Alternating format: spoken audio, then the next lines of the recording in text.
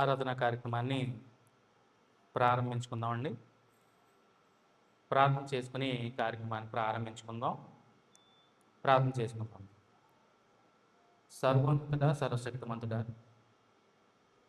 దయగల తండ్రి, కృపగల దేవ, నీ ఘనమైన శ్రేష్టమైన అతి పరిశుద్ధమైన నామం స్తుతులు స్తోత్రాలు చెల్లించుకున్నాం మా ప్రభువా. మా తండ్రి, నీ ప్రేమ చేతను కృప చేతను గడిచిన దినాలలో మీ బిడ్డలమైన మమ్మల్ని అందరినీ మీరు జ్ఞాపకం చేసుకొని అనునిత్యం మీ రకాల చట్ల భద్రపరుచుకొని చాలా నీడలు సురక్షితంగాను క్షేమంగాను మాకు కావలిగా ఉండి మా పోషకుడిగా ఉంటూ మమ్మల్ని సంరక్షిస్తున్న విధానం బట్టి తండ్రి మరొకసారి దేవేల స్తుతులు స్తోత్రాలు చెల్లించుకుంటూ ఆరాధనలో భాగంగా కార్యక్రమాన్ని ప్రారంభించండిగా కృప చూపించండి మా ప్రభువా. ముందుగా కీర్తనలు పాడుచుండగా మీ యొక్క ఆత్మ సహాయాన్ని నడిపింపుడు మా అందరికి అనుగ్రహించి నడిపించమని చేరువచ్చిన కూడి వచ్చిన ప్రతి ఒక్కరిని పేరు పేరు జ్ఞాపకం చేసుకోండి మా ప్రభువా. దీవించండి, ఆశీర్వదించండి. ఇంకా అనేక మంది రావాల్సిన వారిని త్వరిత మీ సన్నిధికి మంది తోడుకొని రామని ఈరోజు తనపట్ల ప్రతి కార్యక్రమాన్ని కూడా మీ చేతులుగా అప్పగించుకుంటూ తద్వారా సమస్త ఘనత ప్రభావం మీకు పొందుకుంటుంది. సమస్తాన్ని మీ చేతులుగా అప్పగించుకుంటూ మీ ప్రార్థన పాస్ చేయించుకోండి. యేసుక్రీస్తు ప్రభువుని ప్రార్థించి వేడుకున్నాం మా మీ పరలోకపు తండ్రి. ఆరాధనలో భాగంగా ముందుగా కీర్తన పాడుకుని తండ్రి దేవుని స్తుతించుకుందామండి. మరి కీర్తన పాడడానికి మరి సిద్ధపడాలి. ముందుగా చిన్న కీర్తన పుస్తకం నుంచి మొదటి కీర్తన. దేవునికి స్తోత్రము గానము చేయుటే మంచిది. కీర్తన పాడడానికి ప్రతి ఒక్కరు సిద్ధపడాలి. చిన్న కీర్తన పుస్తకం నుంచి మొదటి కీర్తన, దేవునికి స్తోత్రము గానము చేయుటే మంచిది. రావాలి మరి కీర్తన పాడడానికి సిద్ధపడాలి, రావాల్సిందిగా మరి ప్రభు బట్టి మనం చేస్తామండి. దేవునికి స్తోత్రము గానము చేయుటయే మంచిది.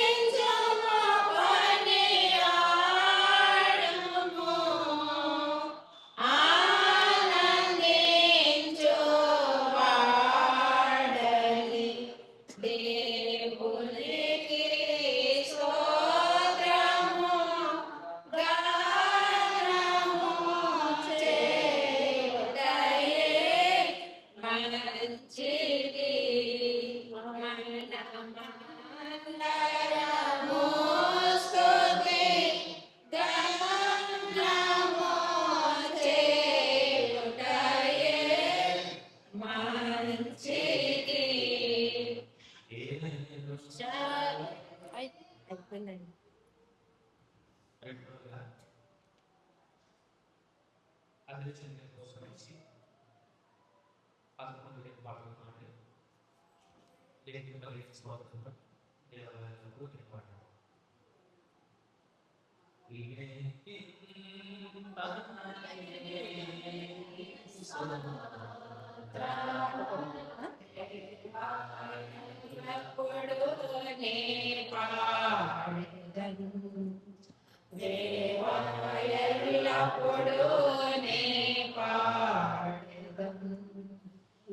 ఇంతవరకు నా బ్రతుకులో నీవు చేసిన మేలకై లెక్కింపలేని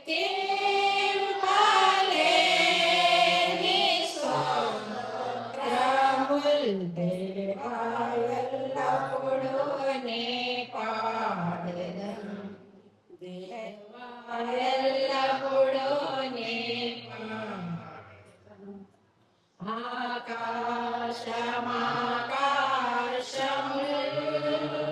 వాటి యందున్న సర్వమును భూమిలో కనబడునవన్నీ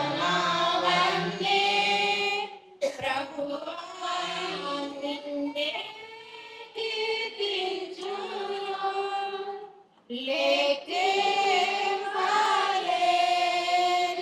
స్తోత్రములు దేవా ఎల్లప్పుడూ నీ పాడెదను. అడవిలో నివసించువన్నీ సుడిగాలి మంచును భూమిపైనున్నవన్నీ దేవా నిన్నే పొగడుదును. లెక్కింపలేని స్తోత్రములు దేవా ఎల్లప్పుడూ నీ పాడెదను. నీటిలో నివసించు ప్రాణులు ఈ భూమిలో జీవరాశులు ఆకాశమున ఎగురునవన్నీ ప్రభువా నిన్నే కీర్తించును. లెక్కింపలేని స్తోత్రములు దేవా ఎల్లప్పుడూ నీ పాడెదను. దేవా ఎల్లప్పుడూ నీ పాడెదను.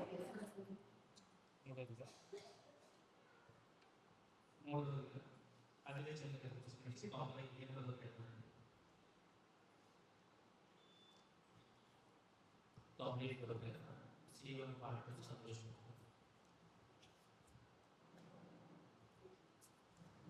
జీవన పాటలు సంతోషముగా పాడుచు సీయోను సీయోను పాటలు సంతోషముగా పాడుచు సీయోను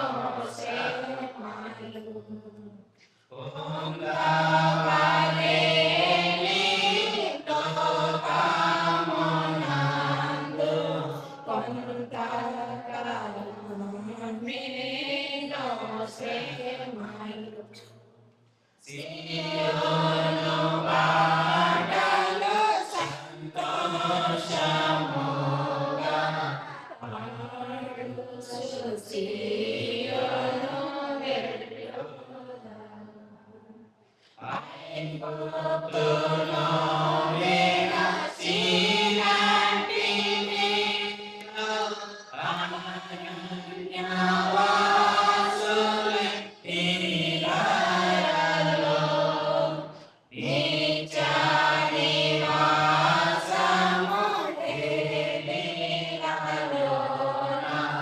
netralu kanunu pailipuri nicani vasamu elilalona netralu kanunu pailipuri Siyonu పాటలు సంతోషముగా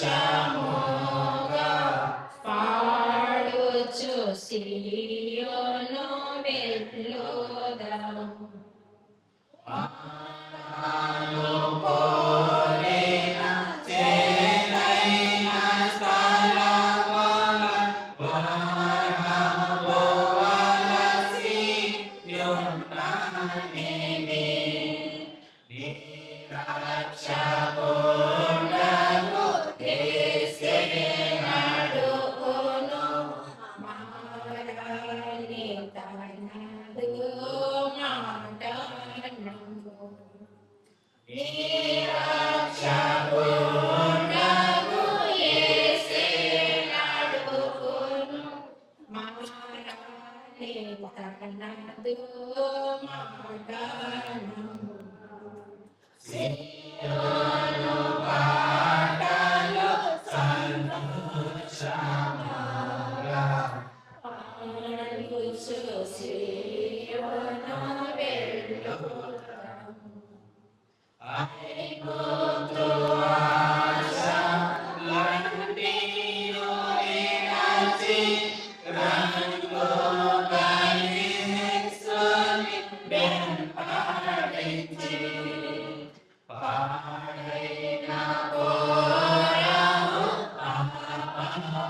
పాపముమాని బిడియులైలి విరచియుడి. పాడైన కోరము పాపముమాని బిడియులైలి విరచియుడి. Siyonu పాటలు సంతోషముగా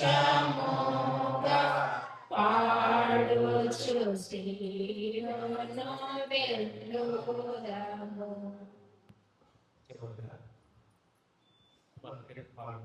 మంచిగా పడి మామిడి వేసి మామిడి ప్రారంభించి అందులో చేసిన చూడండి. మంచిగా పడి మామిడి వేసి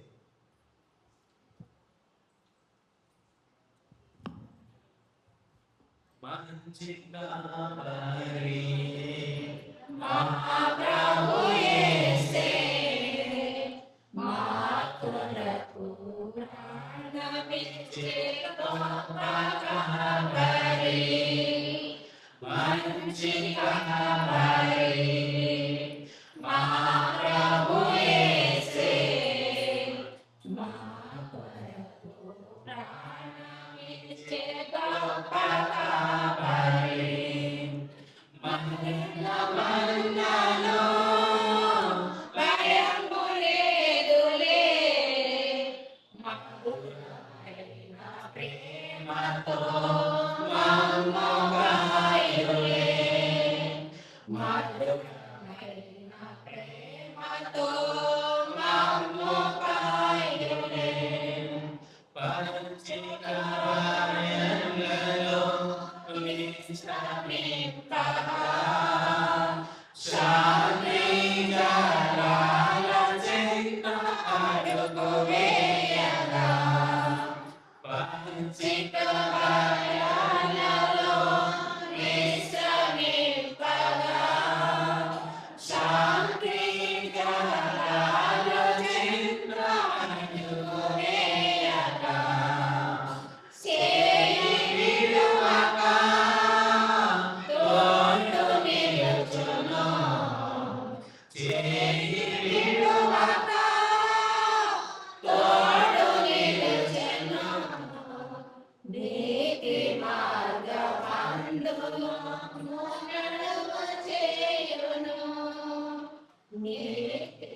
మార్గమందు మమ్ము నడువచేయుము. మంచి కాపరి మా ప్రభు యేసే, మా కొరకు ప్రాణమిచ్చే గొప్ప కాపరి. అంధకార లోయలో మా పయనములో లేదులే మాకే భయం, అభయం కాలే. అంధకార లోయలో మా పయనములో లేదులే మాకే భయం, అభయం కాలే. ఆదరించును, ఆశీర్వదించును, ఆదరించును, ఆశీర్వదించును. అన్ని కావలందు నాకి తోడై ఉండెను. అన్ని కావలందు నాకి తోడై ఉండెను. మంచి కాపరి మా ప్రభు యేసే, మా కొరకు ప్రాణమిచ్చే గొప్ప కాపరి. శత్రువుల మధ్యలో మాకు భోజనం, అభిషేకం, ఆనందం, కృపాక్షేమము. శత్రువుల మధ్యలో మాకు భోజనం, అభిషేకం, ఆనందం, కృపాక్షేమము. బ్రతుకు నిండగా పొంగి పొర్లగా, బ్రతుకు నిండగా పొంగి పొర్లగా. చిరకాలం ఆయనతో జీవింపగా, చిరకాలం ఆయనతో జీవింపగా. మంచి కాపరి మా ప్రభు యేసే, మా కొరకు ప్రాణమిచ్చే గొప్ప కాపరి. మరణమన్నను భయము లేదులే, మధురమైన ప్రేమతో మమ్ము కాయులే. మధురమైన ప్రేమతో మమ్ము కాయులే.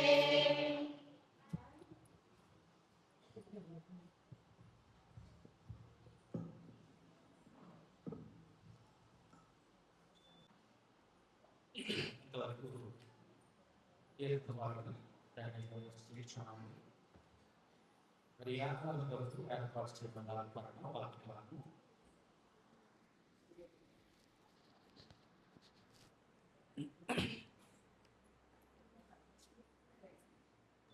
ఈ ఆరాధన కొరకు ఏర్పాటు చేయబడిన వాక్య భాగము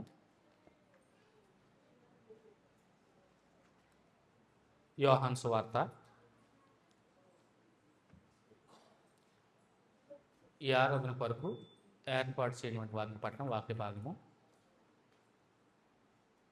యోహాను సువార్త 3వ అధ్యాయము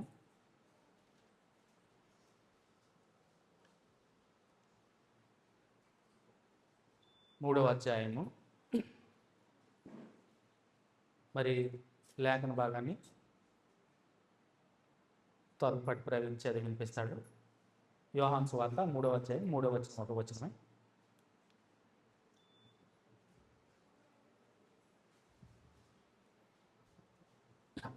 అందుకు యేసు అతనితో ఒకడు క్రొత్తగా జన్మించదని గాని అతడు దేవుని రాజ్యమును చూడలేనని నీతో నిత్యముగా చెప్పుచున్నానని. చాలు.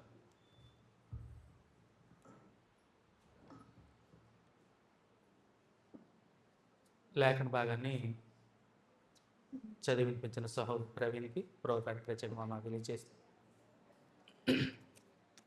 లేఖన భాగాన్ని వివరించుకునే ముందు చిన్న ప్రార్థన చేసుకుని వాక్య భాగాన్ని వివరించుకునే ప్రయత్నం చేద్దాము. ప్రార్థన చేసుకుందాం. పరిశుద్ధుడా పరమ తండ్రి, నీ ఘనమైన శ్రేష్టమైన అతి పరిశుద్ధమైన నామానికి స్తుతులు స్తోత్రాలు చెల్లించుకున్నాం మా ప్రభువా. మరి ఎంతవరకు మరి కీర్తన పాటలో మీ యొక్క ఆత్మ సహాయాన్ని నడిపింపును మా అందరికి అనుగ్రహించి నడిపించినందుకు మరొకసారి వేవేల స్తుతులు స్తోత్రాలు చెల్లించుకుంటూ మరి ఈ సమయంలో వాక్యం ద్వారా తండ్రి మీరు మాతో మాట్లాడు శ్రేష్టమైన సంగతి తండ్రి మరి బోధించుండగా మీ యొక్క ఆత్మ సహాయాన్ని మా అందరికి అనుగ్రహించి శ్రేష్టమైన సంగతిని బోధించుండగా విని విడిచిపెట్టకుండా హృదయంలో భద్రపరచుకోవడానికి తద్వారా ఆత్మీయంగా ఫలించడానికి ఇటు లేఖన భాగం తండ్రి మీ చేతులకు అప్పగించుకుంటూ మరొకసారి చేరవలసిన ప్రతి ఒక్కరిని పేరు పేరు మరి జ్ఞాపకం చేసుకుని మా ప్రభువా నువ్వు రావాల్సిన వారు వారందరినీ త్వరిత మీ సన్నిధానానికి మరి సంతోషంగా తోడుకొని రమ్మని ఈరోజు తలపెట్టిన ప్రతి కార్యక్రమాన్ని కూడా మీ చేతులకు అప్పగించుకుంటూ మీ ప్రార్థన పాసం చేయించుకుంటాం. యేసుక్రీస్తు ప్రవర్తన ప్రార్థించి వేడుకుంటున్నాం మా ప్రియ పరలోకపు తండ్రి. రైట్. ముందుగా ఈ సమయాన్ని నాకు అనుకున్నటువంటి తండ్రి దేవునికి కుమారుడిటువంటి యేసుక్రీస్తు ప్రవర్తనట మరి చేరు వచ్చిన కూడి వచ్చిన ప్రతి ఒక్కరు కూడా మరి శుభాభివందనాలు తెలియజేస్తున్నానండి. దేవదేవుని చల్లని నీళ్ళలో రెక్కల చాటున మనల్ని ఎంతగానో భద్రపరుచుకుని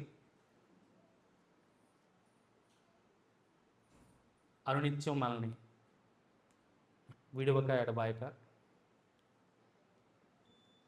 ఆయన కృప చేతను ప్రేమ చేతను మనల్ని మన బిడ్డల్ని మన కుటుంబాలందరినీ నడిపిస్తున్న దేవదేవునికి మనం ఎంతగానో మరొకసారి కృతజ్ఞతాస్తులు చెల్లించి భద్రమే ఉన్నామండి.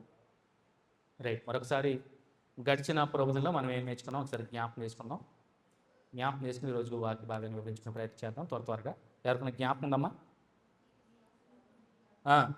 ప్రతి క్రైస్తవ గృహంలో అదే కదా, ప్రతి క్రైస్తవ గృహంలో అని మనం పిలుచుకుంటున్నాం. క్రైస్తవ కుటుంబం, క్రైస్తవ గృహం అని మనం ఇంటి అందరూ పిలుచుకుంటున్నారు. నిజంగా ఆ గృహంలో పేరుకే క్రైస్తవ గృహమా, నిజంగా గృహంలో క్రీస్తున్నాడా అనే విషయాన్ని మనం చాలా చక్కగా మరి లేఖనానుసారంగా మనం వివరించుకుని చక్కగా ఒకదాని తర్వాత ఒకటి అర్థమయ్యే రీతిలో ఉదాహరణగా తెలియచేస్తూ కొన్ని విషయాలు జ్ఞాపకం చేశాను. క్రైస్తవ గృహం అంటే బుద్ధిమంతుని గృహంలా ఉందంట. అది బండ మీద ఆ గృహం బలంగా ఉంటుందంట. అలాగే క్రైస్తవ గృహం కాంది పేరుకు మాత్రమే క్రైస్తవ గృహం అయ్యండి, దాంట్లో క్రీస్తు లేకపోతే బుద్ధిహీనుల గృహం. అది ఎలా ఉందంట? ఇసుక మీద కట్టబడినటువంటి ఇల్లులా ఉంది. సో క్రైస్తవ గృహంలో నిత్యము ఏముంటాయని చెప్పాను?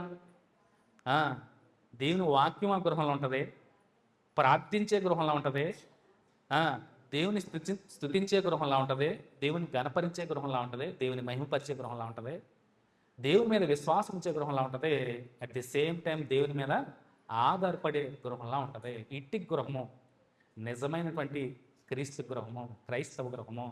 అందులో ఖచ్చితంగా క్రీస్తు ఉంటాడో.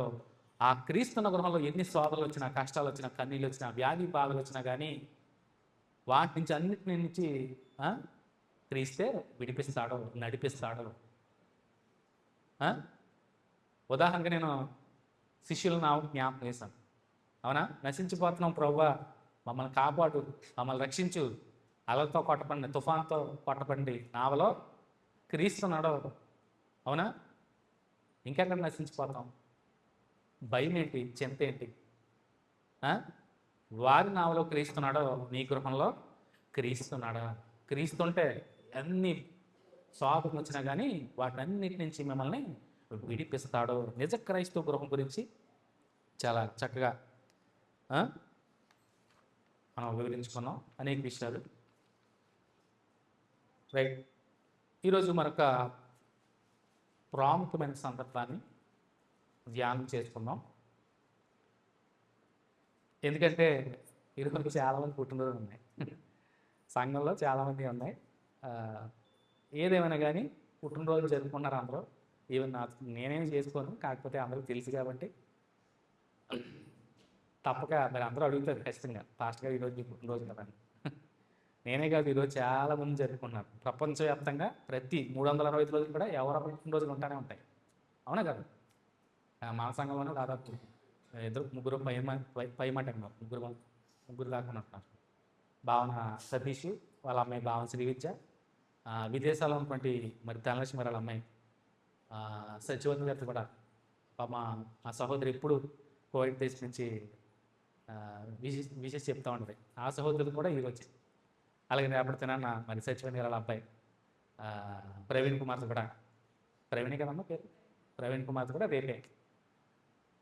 సో ఏదేమైనా కానీ మానవుని జన్మ గురించి ఈరోజు పరిశుద్ధాత్ముడు మాట్లాడుతున్నాడు. జాగ్రత్తగా వినండి. లాస్ట్లో అసలు మీ పుట్టినరోజు ఏ పుట్టినరోజు, ఏది నిజమైనటువంటి పుట్టినరోజు, ఏది నిజమైనటువంటి జన్మదినం మీకు అర్థమవుతుంది. ఎందుకంటే మనం క్రైస్తవులు, ఆత్మతో నడిపింపబడిన వారు మనందరం కూడా. ఎందుకంటే పరిశుద్ధాత్మ అనే వరాన్ని పొందుకున్న వారు, రక్షింపబడిన వారు ప్రతి ఒక్కరూ ముఖ్యంగా వారు తెలుసుకోవాలి ఈ విషయం. పుట్టినరోజు చేసేసుకుంటున్నాము, కేకులు కోసేసుకుంటున్నామంటే బాగుంది అంత, కానీ మనం ఆలోచన చేసే విషయాలు వాక్యానుసారంగాను, అలాగే బైబిల్ గ్రంథంలో దేవుడు జన్మదినాన్ని గురించి ఏం చెప్తున్నాడో, అసలు ఏంటి అనే విషయాలు మనం ఆలోచన చేస్తూ ఉంటానండి.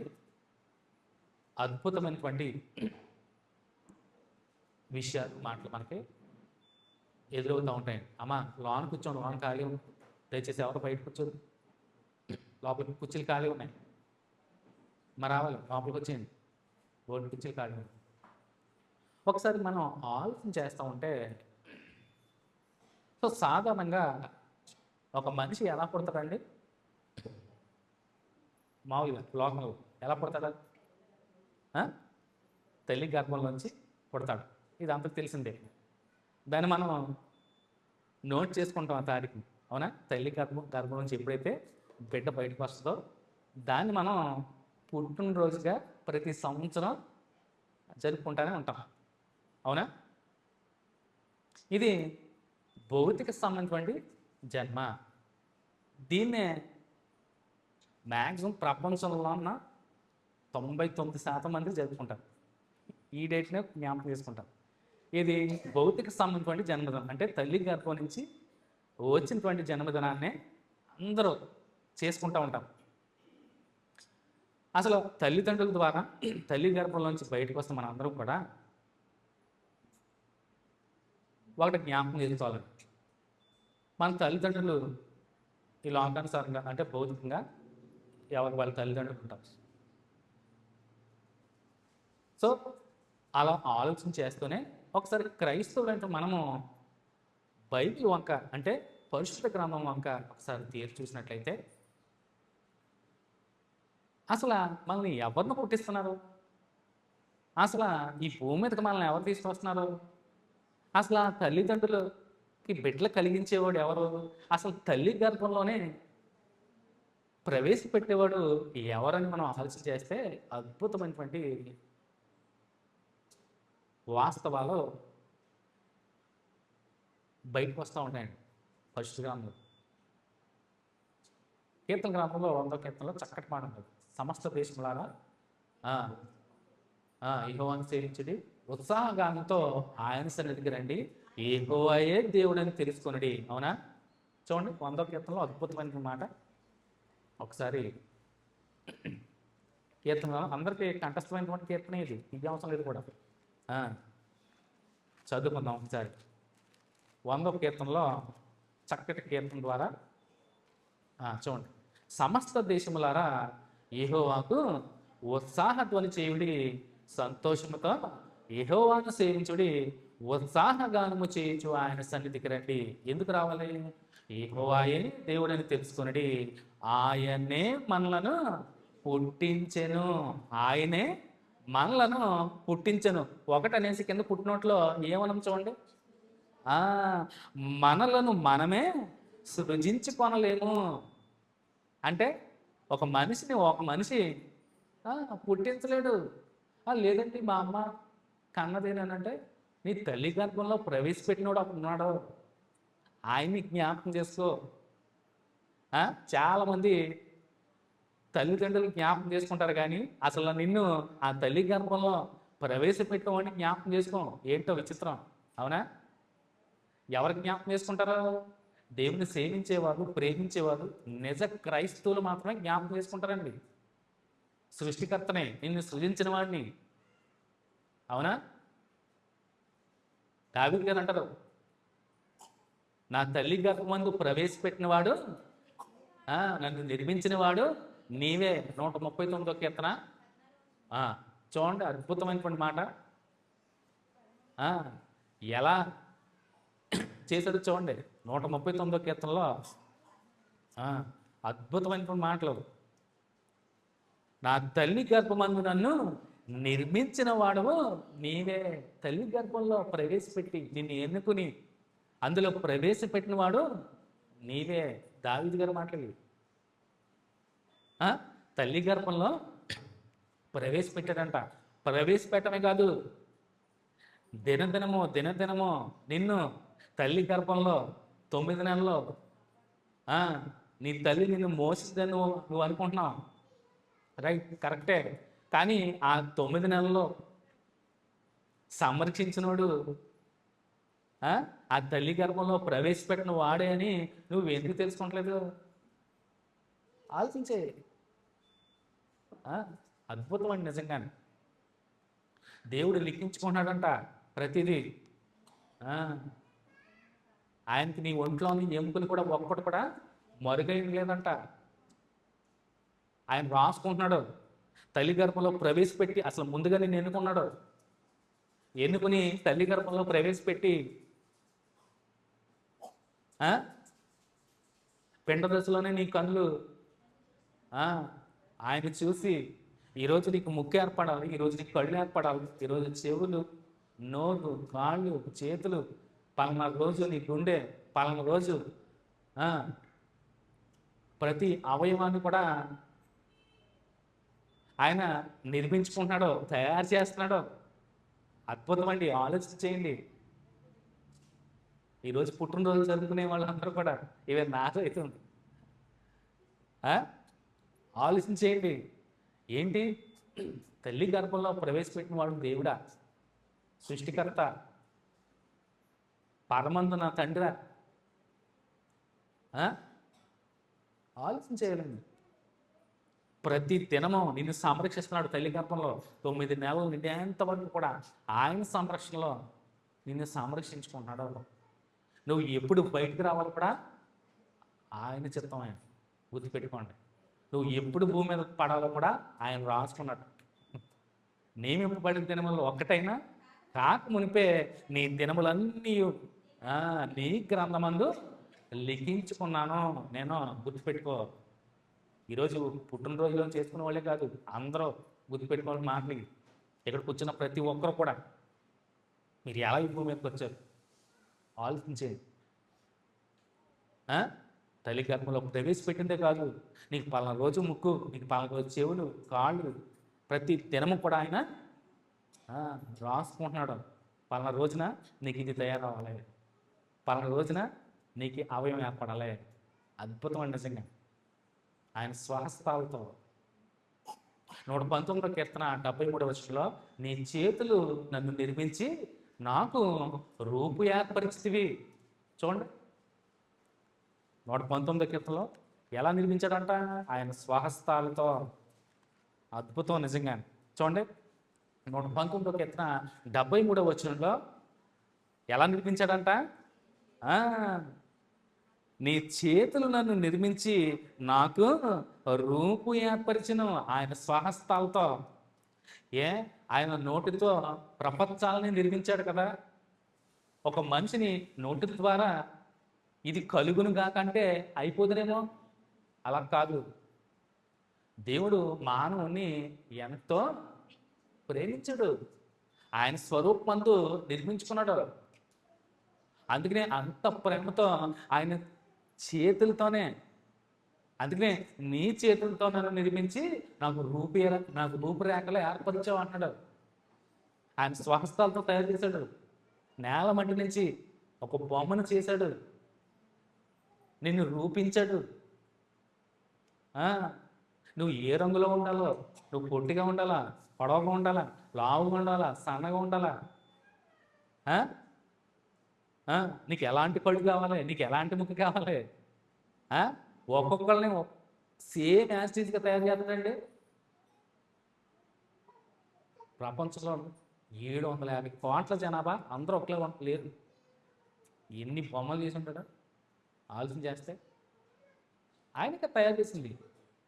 నీ చేతులతో నన్ను నిర్మించి నాకు రూపురేఖలు ఏర్పరిచేమన్నాడు. ఎంత అద్భుతం నిజంగా. అద్భుతం ఆలోచన చేస్తూ ఉండంటే మనకి. అందుకనే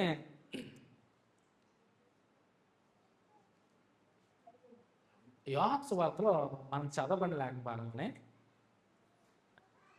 ప్రభు మాటలకు ఆశ్చర్యపడి నికోదేమో యూదుల అధికారి అయినటువంటి నికోదేమో వచ్చి రాత్రి సమయం వచ్చి పరిసైడ్ ఆయన ప్రభుతో వచ్చి మాట్లాడతాడు. బోధకుడా, నీవు దేవుని వద్ద నుంచి వచ్చావని నాకు తెలుసు. దేవుడు నీకు తోడై ఉంటే కానీ ఈ అద్భుత కార్యాలు నువ్వు చేస్తావని నేను ఎరుగుదును అని అన్నప్పుడు యేసుక్రీస్తు ప్రభువు నికోదేముతో సంభాషించినటువంటి మాటలు మనం చదువుకున్నాం ఈరోజు. ఏమన్నాడు నికోదేముతో యేసుక్రీస్తు ప్రభువు? అందుకు యేసు అతనితో, ఒకడు క్రొత్తగా జన్మించితేనే గాని అతడు దేవుని రాజ్యమును చూడలేడని నీతో నిశ్చయముగా చెప్పుచున్నాను నేను. క్రొత్తగా జన్మించడం ఏంటి? బాగా ఆలోచించే. క్రొత్తగా జన్మించడం అంటే ఆల్రెడీ చూడండి, క్రొత్తగా జన్మించడం అంటే జన్మించడం వేరు, క్రొత్తగా జన్మించడం వేరు. క్రొత్తగా జన్మించడం అంటే ఆల్రెడీ జన్మించిన వాడువే. అవునా? తల్లి గర్భం నుంచి బయటకు వచ్చిన వాడువే. పరలోక తండ్రి నేను భూమి మీద తీసుకొచ్చిన వాడే. ఆల్రెడీ జన్మించిన వాడివే. మరలా క్రొత్తగా జన్మించడం.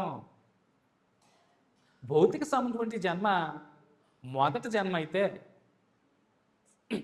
అది తల్లి గర్భం నుంచి ఈ భూమి మీద వచ్చినది భౌతిక సంబంధమైన జన్మ. దాన్ని మనం ఎక్కువగా గుర్తుపెట్టుకుని ప్రతి సంవత్సరం కోసుకుంటా కేకులు, హ్యాపీ బర్త్డే పాటలు పాడుకుంటా సెలబ్రేట్ చేసుకుంటాం. అవునా? భౌతిక సంబంధించిన జన్మనే ఎక్కువ సెలబ్రేట్ చేసుకుంటాం. అసలు దేవుడు పరమ తండ్రి నేను భూమి మీదకి తీసుకొచ్చిన దానికి అసలు ఎందుకు తీసుకొస్తున్నాడు? అసలు ఒక మనిషిని తయారు చేయడానికి, మానవుని సృజించాలని ఆయన ఎందుకు అనుకున్నాడు? ఈ ప్రణాళిక ఇదంతా కూడా ఏనాడో ఆయన నిర్ణయించుకున్నాడు. మీకు లేఖన భాగం చదివినప్పుడు అద్భుతమైనటువంటి విషయం ఒకటి బయటపడదు. జాగ్రత్తగా అబ్జర్వ్ చేయండి. ఈ సంకల్పం అంటే దేవుని ఒక సంకల్పం ఉంది. మానవుణ్ణి నిర్మించడంలోనూ భూమి మీదకి ప్రవేశపెట్టడంలోనూ దేవునికి ఒక సంకల్పం అనేది ఉందండి. దేవునికి ఒక ప్రణాళిక, ఆయనకు ఒక సంకల్పం అనేది ఉంది.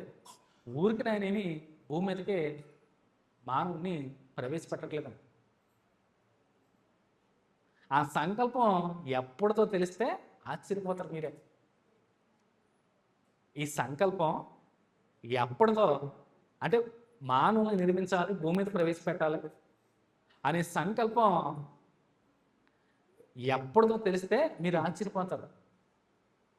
అపోస్తలుడైన పౌలు ఎఫెసీయులకు రాసిన పత్రికలో దేవుని యొక్క సంకల్పాన్ని అద్భుతంగా తెలియజేస్తాడు.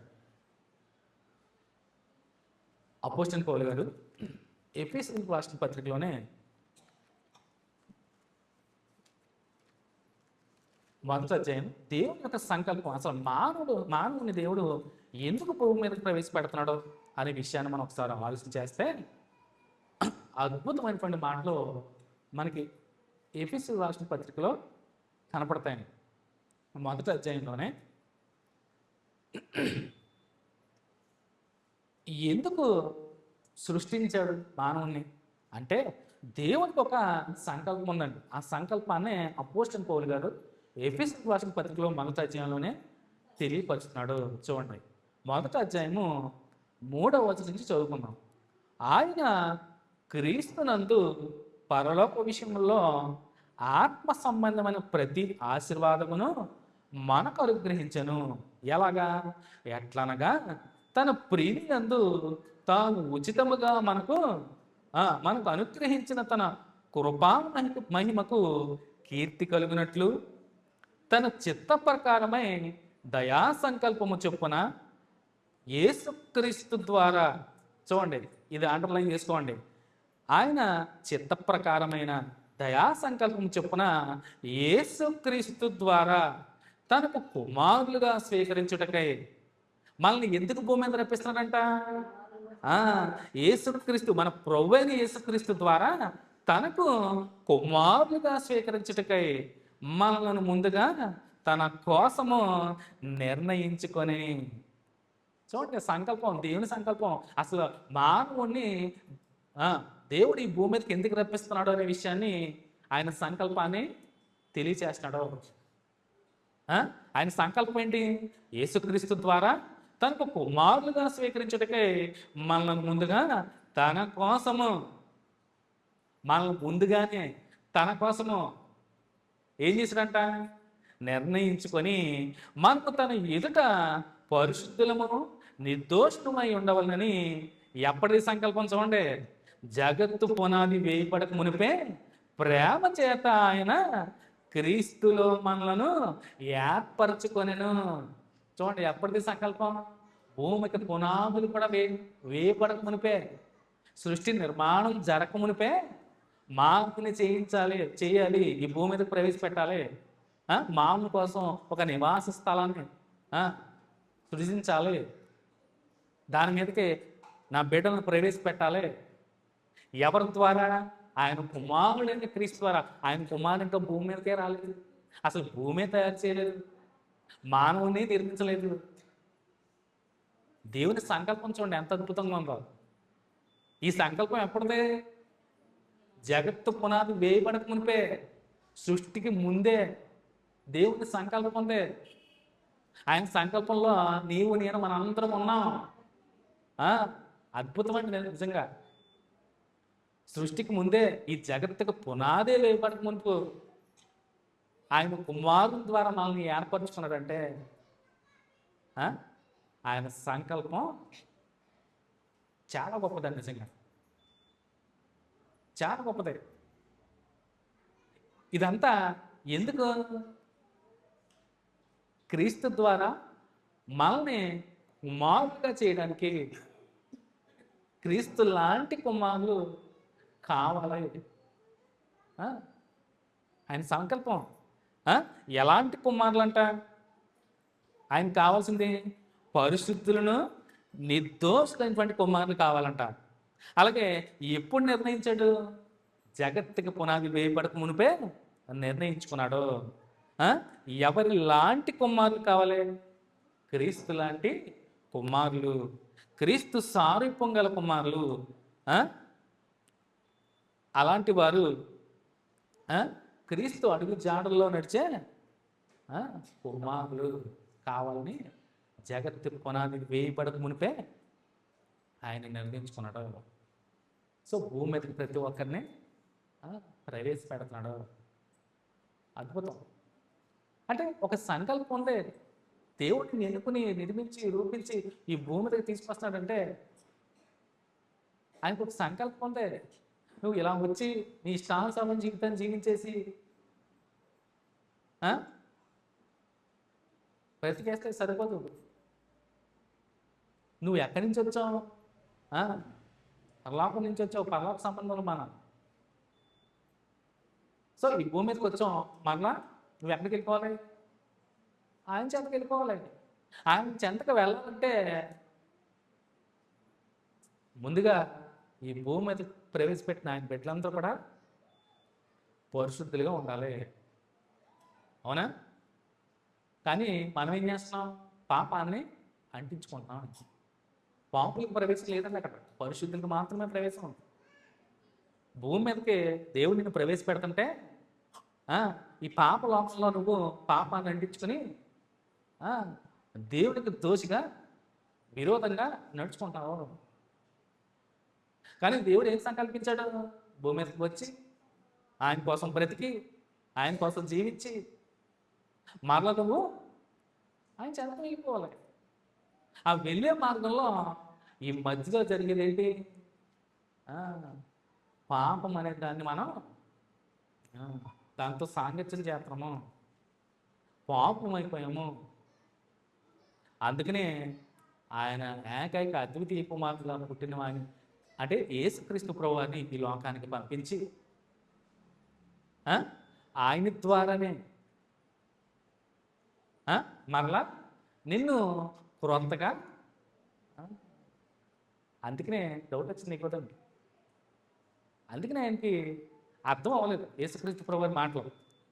అందుకనే అడుగుతున్నాడు చూడండి. అందుకు యేసు అతనితో ఒకడు క్రొత్తగా జన్మించితేనే కానీ అతడు దేవుని రాజ్యమును చూడలేడని. అంటే భూమి మీదకి వచ్చేసావు, నువ్వు వచ్చేసిన వాడు మరలా మరణించిన తర్వాత నువ్వు తండ్రి జన్మకి వెళ్ళిపోవాలంటే కుదరతావు. ఎలా వెళ్ళాలి? ఎలా వెళ్ళాలి? అసలు ఎందుకు ప్రవేశించదని చెప్తాడు? పాపాన్ని అంటించుకున్నాం ఈ భూలోకానికి వచ్చి, ఆ పాపాన్ని నుంచి విమోచింపబడాలంటే అది ఎవరి ద్వారా?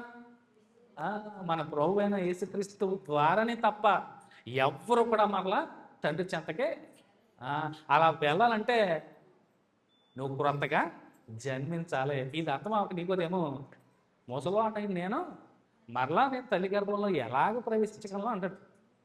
అవునా? అంటే క్రొత్తగా జన్మించడం అంటే అర్థం అవ్వలే. అప్పుడు చెప్తాడు, ఒకడు ఆత్మ మూలంగాను నీటి మూలంగాను జన్మించితే కానీ దేవుని రాజ్యంలో ప్రవేశించలేడని నీతో నిశ్చయముగా చెప్పుచున్నాను అంటే బాప్తిసం గురించి చెప్తున్నాడు. అవునా?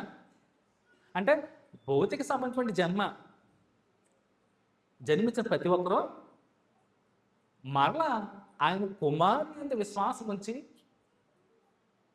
పాపపు లోకంలో పాప జీవితాన్ని నుంచి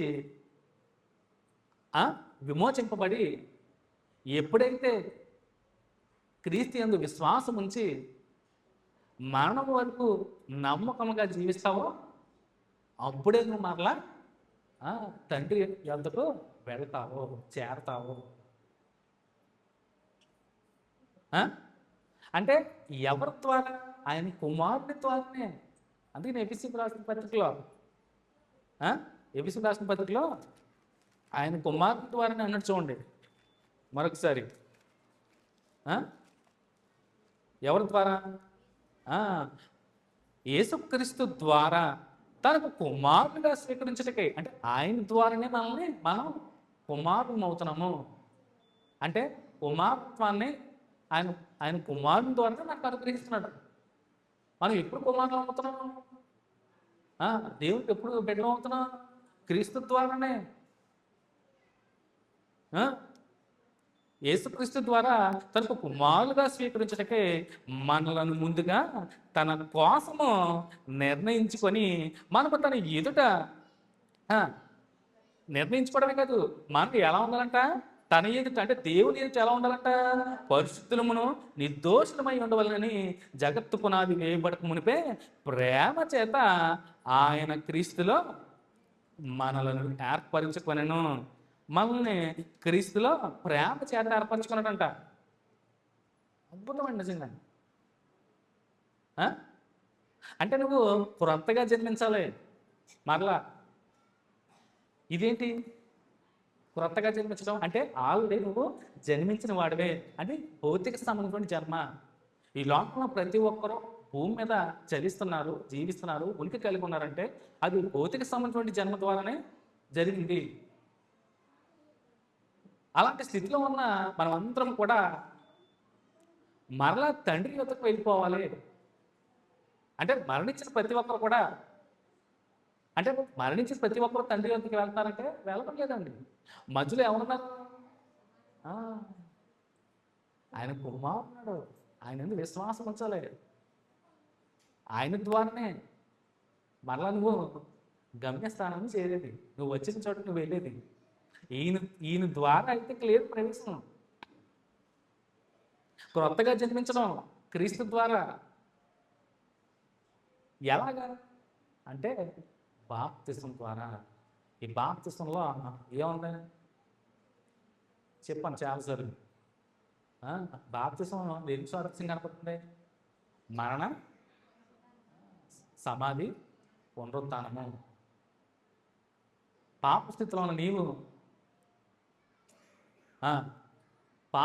నీవు మరణించి నీటిలో సమాధి చేయబడి క్రీస్తులో తిరిగి లేవడమే. ఎవడైనా క్రీస్తు చేసినందున ఎడల వాడు నూతన సృష్టి. క్రీస్తునందు లేకపోతే లేదు. నువ్వు అదే జన్మ. అందరూ పుడుతున్నారు, అందరూ జన్మిస్తున్నారు, అందరూ జీవిస్తున్నారు, అందరూ బతుకుతున్నారు. అలాంటి బతికే అవుతుంది. అవునా? నూతన జన్మ అవదు. పుట్టినరోజు చేసుకున్న వాళ్ళు అందరూ తెలుసుకోవాలి. మనం పుట్టినరోజు చేసుకోవాలంటే భౌతిక సంబంధం జన్మదినాన్నే చేసుకుంటున్నాం. నువ్వు క్రొత్తగా జన్మించిన జన్మను జ్ఞాపకం చేసుకున్నావు. అది అసలు ఎవరో పట్టించుకోరు. ఫస్ట్లో నాకు తెలియదు, ఒప్పేసుకున్నాను. ఎందుకంటే నాకు బైబిల్ అంతగా తెలియదు అప్పట్లో, చిన్నప్పుడు. మీరు కాలేజ్ చేసినప్పుడు నాకు తెలియదు ఏంటి. చదివితేనే కదా తెలియదు.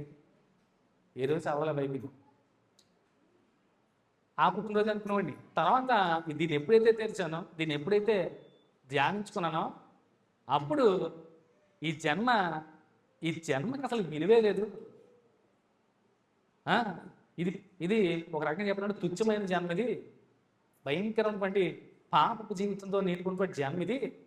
దీన్ని ఎప్పుడైతే వదిలేస్తానో అప్పుడే నేను పరిపూర్ణ, అంటే క్రీస్తునందు క్రీస్తు లాంటి స్వారూప్యం గలవాళ్ళగా ఎప్పుడైతే అవుతానో అప్పుడే మనిషికి విలువ. మానవ జన్మకు అర్థం ఉంటుంది. నువ్వు క్రొత్తగా జన్మిస్తేనే నీకు విలువ. జన్మించకపోతే ఏదంటారు? అందరూ పుడుతున్నారు ఏదో అంటారు కదా పెద్దోళ్ళు, రోడ్డు మీద అది బతుకుతుంది, మనం బతుకుతుంది. అది వాల్యూ లేదండి దానికి. అంటే జంతువులు మనకి పెద్ద తేడా ఉంది ఒక రంగా చెప్పాలంటే. అంటే మానవ జన్మకే ఒక అర్థం ఉంది, ఒక పరమాత్మ ఉంది. దేవుడు నిన్ను ఎందుకు సృష్టించాడు, ఎందుకు ఈ భూమి మీద తీసుకొచ్చాడు, ఆయన సంకల్పం ఏంటి అని నువ్వు వెతికి, నువ్వు ఎక్కడ వెతకాలి?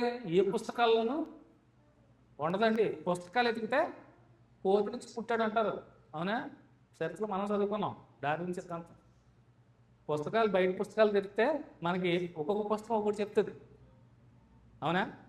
సైంటిస్టులు ఏమో పరమాణువు నుంచి పుట్టుకొచ్చిందని, డార్విన్ గారేమో కోతి నుంచి వచ్చాడని రకరకాలు చెప్తారు. కానీ ఎగ్జాక్ట్గా సత్యం తెలియచేసేది ఏకైక గ్రంథం, పరిశుద్ధ గ్రంథం బైబిల్ మాత్రమే. బైబిల్ దేవుని గ్రంథం. దీంట్లో తప్ప మానవుడు ఎలా వచ్చాడో ఎవరికి తెలియదండి. దీన్ని చదువుకుంటాను పాప, నాకు తెలియదు. అందరూ పుడుతున్నారు అందరిలాగే అనుకున్నాం, కానీ దీనికి అర్థం లేదు.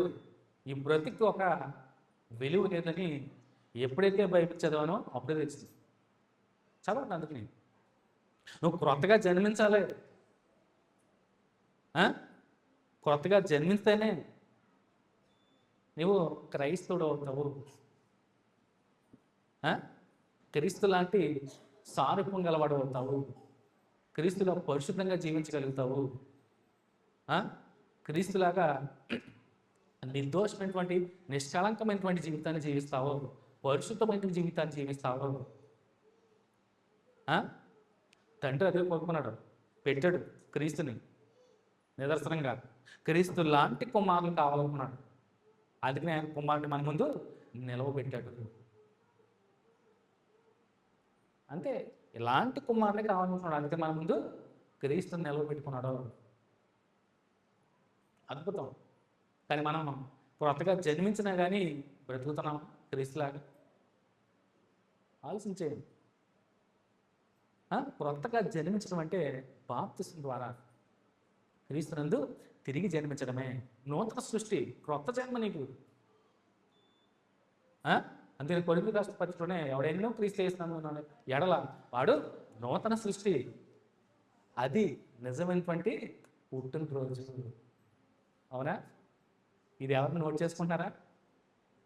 దీనికి విలువ లేకుండా చెప్పరు కానీ దీనికే ఇదే ప్రాముఖ్యమైంది. మీరు ఏదనుకుంటున్నారు?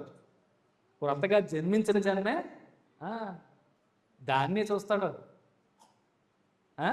చూడండి, మీకు రెండు విషయాలు ఇక్కడ మీకు అర్థమవుతాయి. తండ్రి అంటే భౌతిక సంబంధించి జన్మనిచ్చేది పరమందున తండ్రి. ఎలాగా? తల్లి గర్భంలో నన్ను నిర్మించిన వాడు నీవేనా? చూసారా దావీదు గారు? అంటే తల్లి గర్భంలో ప్రవేశపెట్టిన వాడు పరమందు తండ్రి. జాతకనండి. అంటే 9 నెలలు నిండిన తర్వాత భూమి మీద వస్తాం చూసారా, దానికి కారకుడు పరమందున తండ్రి. అవునా? నిన్ను ఎన్నుకుని తల్లి గర్భంలో ప్రవేశపెట్టి ఆయన స్వాస్థాలతో నిన్ను రూపించి నిర్మించి ఈ భూమి మీదకు ప్రవేశపెట్టేవాడు పరమందున తండ్రి. అయితే అందుకనే కుమారుడు యెహోవా అనుగ్రహించే స్వాస్థ్యము గర్భఫలము. దేవుడు అనుగ్రహించు బహుమానము గర్భ ఫలము. అంటే గర్భ ఫలాన్ని అనుగ్రహించేది ఎవరు? ఆ బహుమానాన్ని ఇచ్చేది ఎవరు?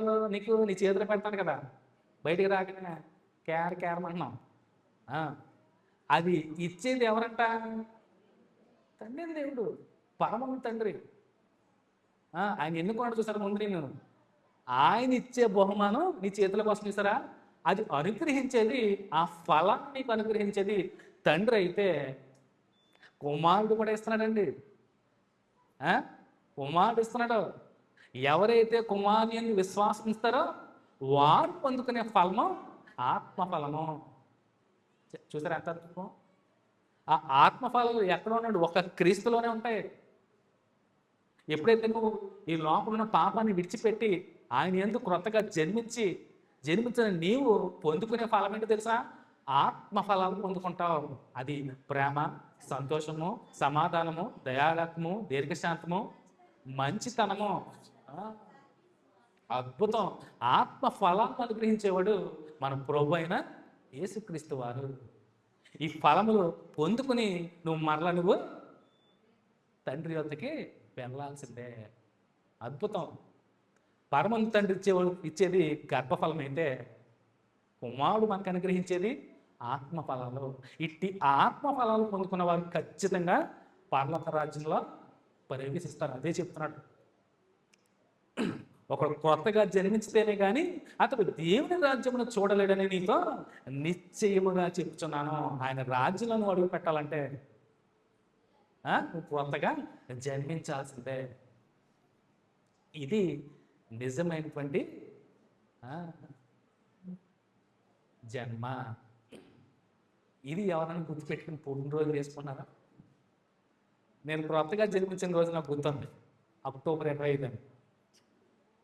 ఈరోజు సపోజ్ ఎవరు వేసుకున్నారు? ఈ బాప్తిజం తీసుకునేదాన్ని. ఎవరికైనా గుర్తున్నామా అసలు మీరు? Very good. నిజంగా చాలా సంతోషం. కొత్తగా జన్మించిన వాళ్ళు పుట్టినరోజు వేసుకున్నారా? ఎవరన్నా చేసుకోమని చేయొద్దని చెప్పట్లేదు, కానీ అసలు గుర్తుందా కనీసం? అది చాలా విలువైంది ఆ రోజు. కానీ మనం ఏం చేస్తాం? లోపల ఏం చేస్తుంటే తల్లి గర్భంలో వచ్చిన పుట్టినరోజుని మాత్రం కోసేస్తున్నాం. ప్రతి సంవత్సరం కోసేస్తున్నాం కానీ తెలుసుకుంటలేదు. నేను ఆ కేక్ కోసినప్పుడల్లా అనుకుంటా ఉంటాను, మనసులో వెళ్తూ ఉంటాను కదా, నన్ను పిలుస్తూ ఉంటాను. కేక్ కోసినప్పుడల్లా ఒకటి గుర్తొస్తూ ఉంటుంది. దేవుడు ఇచ్చిన ఆయుష్కాలంలో ఒక సంవత్సరం మొక్కగా కోసి తీసేసాడు. అవునా? ప్రతి సంవత్సరం ఒక మొక్క పడతామంటే ఒక సంవత్సరం ఎగిరిపోతుంది. దేవుడు నీకు ఇచ్చిన ఆయుష్కాలంలో ఒక్కొక్క కేక్ మొక్క అనే సంవత్సరం వెళ్ళిపోతుంది. నేను ఎలాగంటే మనసులో నవ్వుకుంటాను. మనసులో మీరు ఎవరు అర్థం చేయలేదు. కేక్ కోసినప్పుడు నవ్వుకుంటాను మనసులో. నాకు వాక్యం అర్థమైంది కాబట్టి నాకు అలా అనిపిస్తుంది. ఎందుకంటే దేవుడు సపోజ్ నాకు ఒక 50 ఏళ్ళు ఇచ్చాడు ఆయుష్కాలం, నేను కోసేది 10 సంవత్సరం కోస్తాను. ఒక్కొక్క ముక్క ఒక్కొక్క సంవత్సరం అనుకోండి. 10 ముక్కలు కోసాను 10 సంవత్సరం, 10 సంవత్సరాలు పోయింది. చెత్తలేదు ఎప్పుడు కేక్ కోసిందాము అనే చూస్తాం, కానీ భయం లేదు. అయ్యో దేవుడు నాకు ఇచ్చిన ఆయుష్కాలంలో 1 సంవత్సరం తీసుకుపోయాడు, ముక్క కట్ చేసి పట్టుకుపోయాడు అని ఆలోచించట్లేదు కదా ఎవరు. అప్పుడు కేక్ పోతానే సంతోషం, 1 సంవత్సరం ఎగిరిపోతుందని చూస్తలే. మరొకరైతే ఊదేస్తారు క్యాంక్. దేవుడు నీకు ఇచ్చిన సంవత్సరం, ఇచ్చిన ఆయుష్కాలం సంవత్సరం ఊదేశాడు అని చూసుకుంటలేదు ఎవరు. ఇప్పుడు వదలట్లేదు, 5 స్టిక్లు వచ్చేసినాయి, ఊదే పని లేదు. పూర్వం క్యాన్ పెట్టి ఊదే వరకు పని.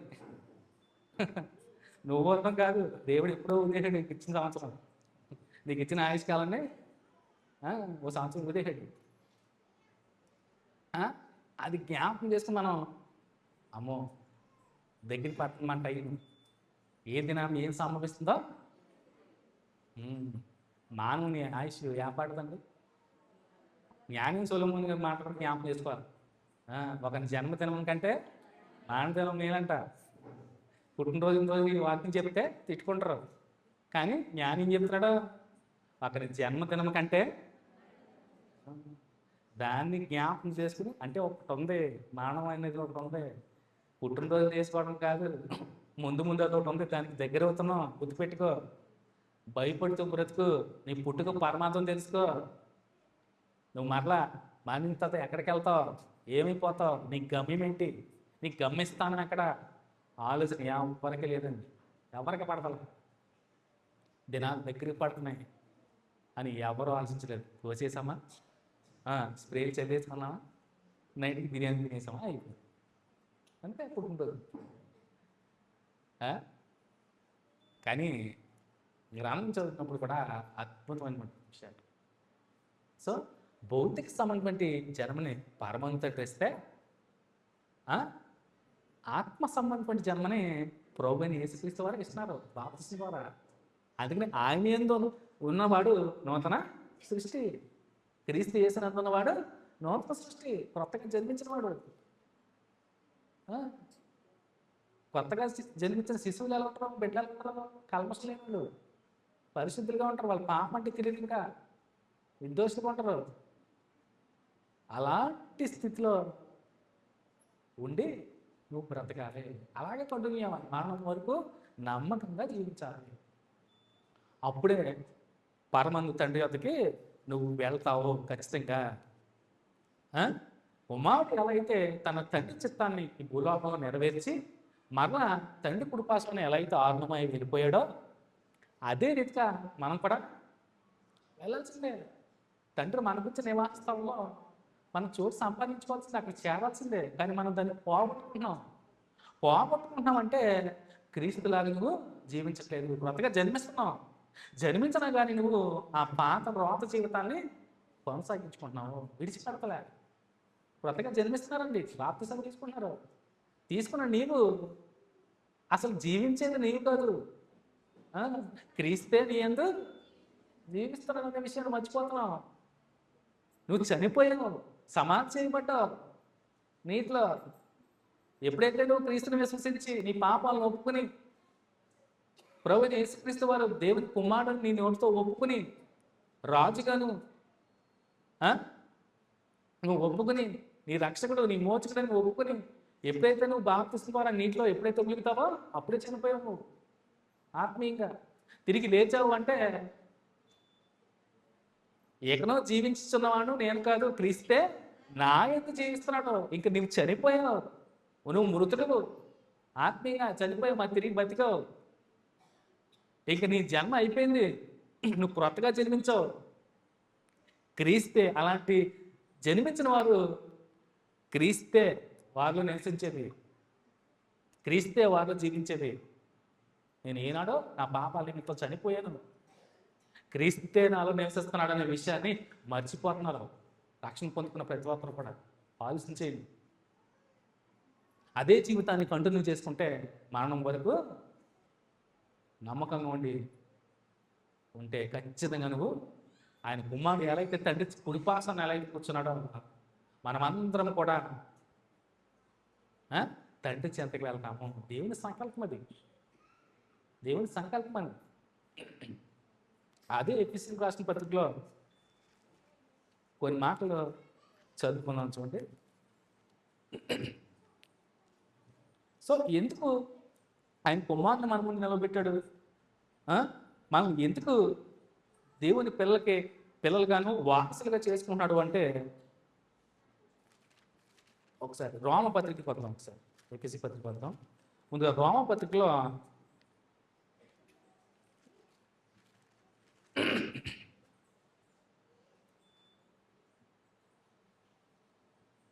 8వ రోమిలకు రాసిన పత్రికలో పౌలు గారు రోమపత్రికలో ఒక మాటను తెలియజేస్తాను.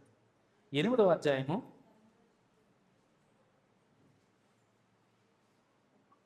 యేసుక్రీస్తు ప్రభువారు 8వ అధ్యాయము 29వ వచనం చూడండి. 29వ వచనంలో ఎందుకనగా తీసారమ్మా, ఎందుకనగా తన కుమారుడు, అంటే ఆయన కుమారుడు అంటే ఎవరు ఇక్కడ? ప్రభు అయిన యేసుక్రీస్తు వారు. ఎందుకనగా తన కుమారుడు అనేక సహోదరుల్లో జ్యేష్ఠుడగినట్లు దేవుడు ఎవరిని ముందుగా ఎరిగనో వారు తన కుమారునితో సారూప్యం గలవారటకు వారిని ముందుగా నిర్ణయించను. అంటే యేసుక్రీస్తు ప్రభువారు జ్యేష్ఠుడు, అంటే మనమందరం ఆయనకి ఎవరు? సహోదరము. ఆయన జ్యేష్ఠుడు అవ్వాలి. ఆయన ఎప్పుడు జ్యేష్ఠుడు అవుతాడు? జాతకం మీకు ఎవరికి అర్థాలు. ఆయన పెద్ద కుమారుడు ఎప్పుడు అవుతాడంట? మనం ఎప్పుడైతే ఆయన కుమారుడు అవుతామో యేసుక్రీస్తు ప్రభువారు పెద్ద కొడుకు అవుతాడు. మీకు బాగా అర్థమని చెప్తున్నాం. జ్యేష్ఠుడు అంటే పెద్దోడు. జ్యేష్ఠుడు అంటే పెద్దోడు. ఎవరో చూడులో యేసుక్రీస్తు ప్రభువారు మనకు అన్నయ్య అంటే ఎక్కరించాడు. జ్యేష్ఠుడు అంటే ఏంటి? అది తప్పండి నిజంగా. వాక్యం అంత స్పష్టంగా ఇక్కడ జ్యేష్ఠ కుమారుడు అని వ్రాసినప్పుడు ఒప్పుకోవాల్సిందే. పెళ్లి పత్రికలు వేస్తారు, మా జ్యేష్ఠ పుత్రిక, మా జ్యేష్ఠ కుమారుడు అంటే అర్థం ఏంటి? పెద్దోడన్నా చిన్నోడన్నా? పెద్దోడు అన్నప్పుడు యేసుక్రీస్తు ప్రభువారు పెద్ద అన్న అవడా? వాక్యం ఎరిగిన అతమాట వస్తాడు, ఇక్కడ పిలుస్తూ ఉంటారు ఆయన. ఒక్కొక్కసారి అందరూ తడబడుతూనే ఉంటారండి, జాగ్రత్త ఉంటారు మాటలు. అన్న కూడా తూలేడు, పేరు చెప్పుకోవడం పేస్ట్. జ్యేష్ఠుడు అంటే అన్నయ్య గిన్నయ్య అంటారు. అన్నయ్య కాదు, అన్నయ్య అని చెప్తుంది. ఆయన మనకి ఎప్పుడు అన్నయ్య అవుతాడు? జ్యేష్ఠుడు ఎప్పుడు అవుతాడు? మనం ఎప్పుడైతే కుమారుడు అవుతామో అప్పుడే అన్నయ్య అవుతాడు. అంటే మనకు సహోదరులు. అందుకనే క్రీస్తునందు ప్రియ సహోదరులారా అంటారు ఎవరైనా. అలాంటప్పుడు పెళ్లి తోటలు వేసుకోకండి. జ్యేష్ఠ కుమారుడు, జ్యేష్ఠ పుత్రిక వేసుకోకండి. ఎందుకు? జ్యేష్ఠుడు అనే మాటకు అర్థం తెలుసుకోవాలి. తెలియకుండా మనల్ని యేసుక్రీస్తు ప్రభువు మనకు అన్నయ్య అంటాడంటే, అన్నయ్య ఖచ్చితంగా పల్లగుర్తి చెప్తుంది ఇక్కడ బైబిల్. అన్నయ్యను ఒప్పుకోవాల్సిందే. అచ్చ తెలుగు మనం అన్నయ్య అంటాం, బైబిల్ జ్యేష్ఠుడు అంటాం. జ్యేష్ఠుడు అనే దానికి అర్థం డిక్షనరీలో ఎత్తుకోవాలి. అన్న ఫేమస్ అయిన అన్నయ్య పేరు చెప్పుకోవడం వేస్ట్. కానీ అన్న కూడా దీన్ని విభేదించాడు, చాలా తప్పది. మన క్రీస్తు అన్నయ్య అటకరించారు. తండ్రి అంటే దానికి అర్థం ఏంటి? నాన్నేనా? అచ్చ తెలుగులో నాన్నేనా? అది కూడా తప్పంటే అలాగే. తండ్రి అంటే నాన్న అని పిలుచుకుంటాం మనం. తండ్రి. పెద్దన్నయ్య అంటే జ్యేష్ఠుడు. ఈ అర్థాలు కూడా తెలియకుండా గ్రంథం అది చెప్తుంది. ముందుగా నేను కుమారుడుగా చేసుకున్నానంటే ఆయన అద్వితీయ కుమారుడు జ్యేష్ఠుడు అవుతున్నాడు. తండ్రికి మనం అందరం ఎవరు అసలు? కేవలం కుమారుడు కాదా? దేవుడు మనల్ని ఎందుకు ప్రేమిస్తున్నాడు? మన కుమారుడు దానికే ప్రేమిస్తున్నాడు. ఇంకా తండ్రి కుమారుని బంధం లేకపోతే ఇంకెందుకు? పిలుచుకోకూడదా? సండే స్కూల్ పిల్లలు ప్రశాంత్ అక్క అనుకుంటా పాట సండే స్కూల్ పూర్వం మాట నేర్పించింది. మా నాన్నతో కూడా బాగా పాడేది. నా తండ్రి ఇంటలో ఏదో పాట నాకు గుర్తులేదు. రెండి పోదాము నాన్న ఇంటికి, అవునా? రెండి పోదాము నాన్న ఇంటికి అచటానందమే. చక్కగా అచ్చ తెలుగులో పాడేవారు అది. రెండి పోదాము నాన్న ఇంటికి, తండ్రి ఇంటికి. మన అందరం అక్కడికి వెళ్ళాల్సిందే కదా, బైబిల్ ఎందుకు చెప్తుంది. మనం దేవుని పిల్లలం, వారసులం. ఇదే రోమపత్రికలో చూడండి 8వ అధ్యాయంలోనే ఇంకా మీకు బాగా అర్థమవుతుంది. రోమి రాసిన పత్రిక 8వ అధ్యాయంలోనే 17వ వచనం చూడండి. ఇంకా అంతకుమించి మనం క్లారిటీగా చదవాలి. ఇక్కడే కరెక్ట్ కనపడుతుంది. చూడండి 8వ అధ్యాయం 17వ వచనం చూడండి. మనము పిల్లలమైతే, ఇప్పుడు బాగా అర్థమవుతుందా? మనం ఎవరమంట? పిల్లలమైతే. పిల్లలకి ఇంకో నిర్వచనం లేదు, అవునా? మనము పిల్లలమైతే వారసులము, అనగా దేవుని వారసులము, క్రీస్తుతో కూడా మహిమ పొందుటకు ఆయనతో శ్రమ పడిన ఎడల క్రీస్తుతోడి వారసులము. దేవుని వారసులు మనం. ఏమనుకుంటున్నారు? అసలు దేవదూతలు కూడా లేదంట, తెలుసా? గ్రంథం ఏం చెప్తున్నారు? దేవదూతలు కూడా అంత ప్రాముఖ్యత ఇవ్వలేదు. మనకిచ్చాడు, మనం దాన్ని పోగొట్టుకున్నాం అంతే. వాటిని కూడా అసలు వాటికి లేదు, మనకే ముందు ప్రిఫరెన్స్ ఇచ్చింది. అంత విలువిస్తున్న నిన్ను విలువ పోగొట్టేసుకుంటాం. మనం విలువ పోగొట్టేసుకున్నాం. ఎంతో విలువిస్తాడు. మనం వారసులుగా చేసుకుంటున్నాడు. ఆయన రాజ్య వారసులుగా చేసుకున్నాడు. మనం ఆయన పిల్లలుగా స్వీకరిస్తున్నాడు మనల్ని. అంత అద్భుతమైనటువంటి ప్రణాళిక మనం తెలుసుకుని కూడా మనం క్రొత్తగా జన్మించడానికే ఇబ్బంది పడిపోతాం. ఇప్పుడు క్రొత్తగా జన్మించడం ఇంకా అర్థమవుతుంది.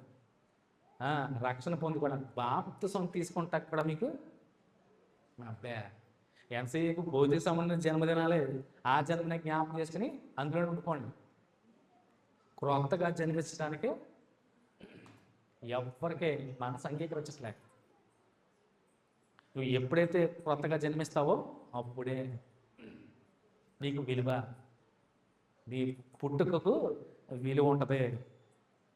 సో నేను చెప్పాను ఆల్రెడీ, భౌతిక సంబంధమైన జన్మని అనుగ్రహించేది పరమాత్మ దగ్గర అయితే,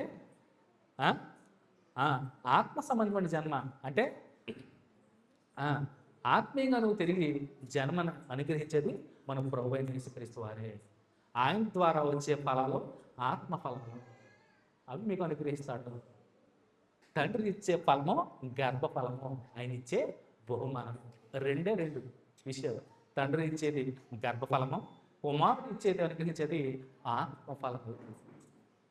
ఈ ఆత్మఫలం పొందుకున్నవాడు ఖచ్చితంగా తండ్రి చెంతకి వెళ్తాడు. నేను ఒక పుస్తకం ఎక్కడో చదువుతున్నాను, మ్యాగజైన్లో. ఇదే సన్నివేశాన్ని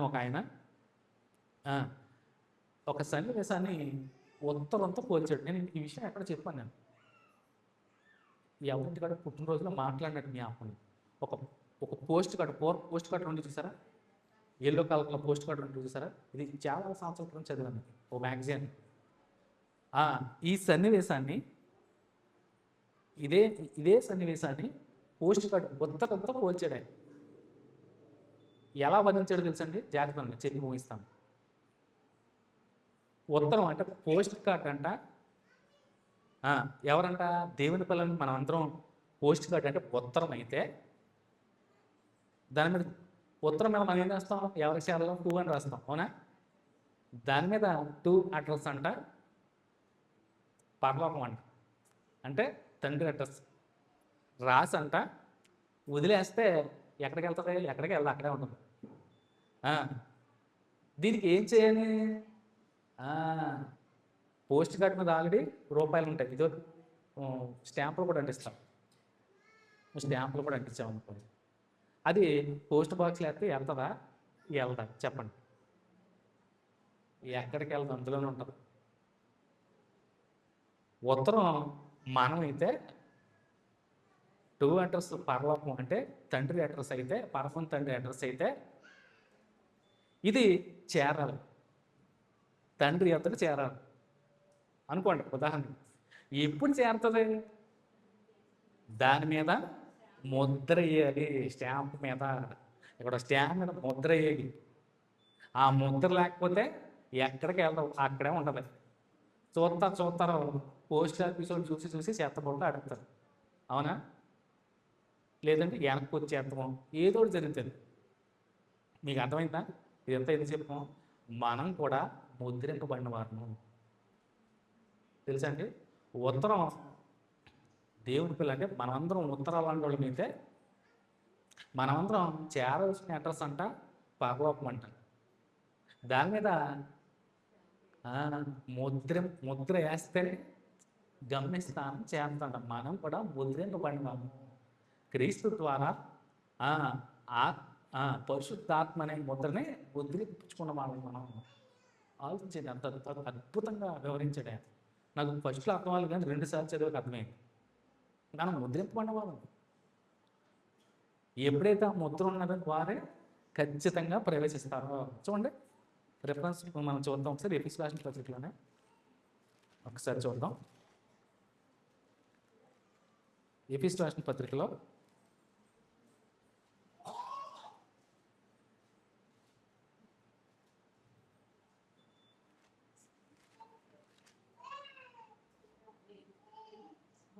చూడండి, మొదటి అధ్యాయంలోనే 13వ వచనం చూడండి. ఎఫెసీయులకు రాసిన పత్రిక మొదటి అధ్యాయం 13వ వచనం. మీరును సత్యవాక్యమును అనగా మీ రక్షణ సువార్తను విని క్రీస్తునందు విశ్వాసముంచి వాగ్దానము చేయబడిన ఆత్మచేత ముద్రింపబడితే. క్రీస్తు ద్వారా రక్షింపబడిన మీరందరూ పరిశుద్ధాత్మ అనే వాళ్ళని పొందుకున్నవారా అంటే పరిశుద్ధాత్ముడు మనల్ని ఏం చేశాడు అని ముద్రించాడంట. ముద్రింపబడిన వాళ్ళు మనం. సో ఈ ముద్ర లేకపోతే ఇన్వాల్యూ. అవి ఎలా అయితే చెత్తపట్లో పడేస్తారో మనం కూడా తీసుకెళ్ళి ఎక్కడ పడేస్తాడో, నరకంలో పడేస్తాడు. అవునా? సో మనం ముద్రింపబడిన వాళ్ళము. అప్పుడే ఆ ముద్రింపని మాత్రం ఎప్పుడైతే గమనిస్తామో చక్కగా సేఫ్గా ఈ 2 అడ్రస్ ఎక్కడైతే రాస్తామో అక్కడికి వెళ్తుంది, చేరాల్సిన చోటుకి వెళ్తుంది. నువ్వు కూడా ఆత్మచేత ముద్రింపబడిన వాడు అయితే ఖచ్చితంగా నువ్వు తండ్రి చెంతకు వెళ్తావు. ఒకవేళ ముద్రింపబడలేకపోతే ఖచ్చితంగా నువ్వు రాంగ్ అడ్రస్కి వెళ్తావు. ఆ రాంగ్ అడ్రస్ చేతపుట్లు ఆడేస్తావు. ఇన్వాలిడ్. అంటే చేరాల్సిన గమ్యస్థానం నువ్వు చేరవు. అంటే నువ్వు జన్మించిన దానికి ఒక అర్థమో లేదు. అందుని బట్టి నువ్వు క్రొత్తగా జన్మించితేనే కానీ అతడు దేవుని రాజ్యమును చూడలేడని నీతో నిశ్చయముగా చెప్పుచున్నాను అని యేసుక్రీస్తు ప్రభువారు నికోదేముతో చెప్తున్న సందర్భం ఇది. అది ఈరోజు పుట్టినరోజు జరుపుకున్న ప్రతి ఒక్కరు కూడా ఆలోచన చేయాలి. ఇప్పుడు మీ పుట్టినరోజు ఏది నిజమైనటువంటి పుట్టినరోజు? భౌతిక సంబంధమైన పుట్టినరోజా? క్రీస్తు ద్వారా క్రొత్తగా జన్మించినటువంటి పుట్టినరోజా? ఏది ప్రాముఖ్యమైందో చెప్పండి. ఈరోజు పుట్టినరోజు సీరియల్స్ చెప్పాలి. ఆప్తసం తీసుకోలేదు. క్రొత్తగా ఇంకా జన్మించలే. వాళ్ళ నాన్న జన్మించినట్టున్నాడు సతీష్. బావన్ సతీష్ కూడా ఈరోజే. ఏమ్మా ఇక్కడ రక్షణ పొందుకున్నా అంటే క్రొత్తగా జన్మించే వాళ్ళు ఎంతమంది ఉన్నారు చేయలేదు. అసలు ఈరోజు పాఠం అయితే చూస్తాను. ఎంతమంది తెలుసు పాఠం అంతమంది ఇస్తారు ఖచ్చితంగా. ఈరోజు క్రొత్తగా జన్మించిన వాళ్ళు ఎంతమంది ఉన్నారు కదా? చాలా సంతోషం కదండి. చెప్తారు సంతోషం. అంటే బాప్తిజం తీసుకున్నాం అంటే చాలామంది ఇంకా క్రొత్తగా జన్మించలేదు. అందరూ తల్లి గర్భం నుంచి ఎలా వచ్చారో అలాగే వచ్చారు. ఇంకా మీరు క్రొత్తగా జన్మించలేదు. ఆలోచించేయండి. క్రొత్తగా జన్మించడానికి త్వరపడండి. క్రొత్తగా జన్మిస్తే కానీ నువ్వు దేవుని రాజ్యంలో ప్రవేశింపలేవు. గుర్తుపెట్టుకోండి. సో ప్రతి ఒక్కరు కూడా పుట్టినరోజు చేసుకునే ముందు ఆలోచించేయండి. కేక్ కోసే ముందు నేను క్రొత్తగా జన్మించానా ఆలోచించేయండి. క్రొత్తగా జన్మించకపోతే చాకు అక్కడే వదిలేండి. క్రొత్తగా జన్మించడానికే ఊనుకోనండి. అంతే కదా? పెద్ద పెద్ద వాళ్ళు కూడా కేక్ కోసుకుంటారు. ఇప్పుడు ఆ కోసే ముందు ఆ చాక్ పట్టుకునే ముందు ఆలోచించండి.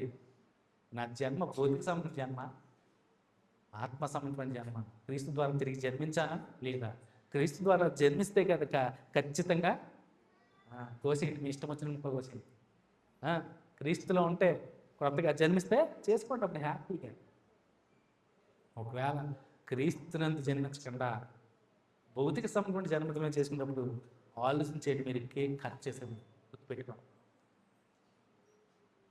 ప్రతి ఒక్కరు కూడా క్రొత్తగా జన్మించడానికి త్వరపడాలని దేవుని యొక్క ఆత్మ సహాయము మీ అందరికీ తోడైంది. నడిపించును గాక. అందరికి మా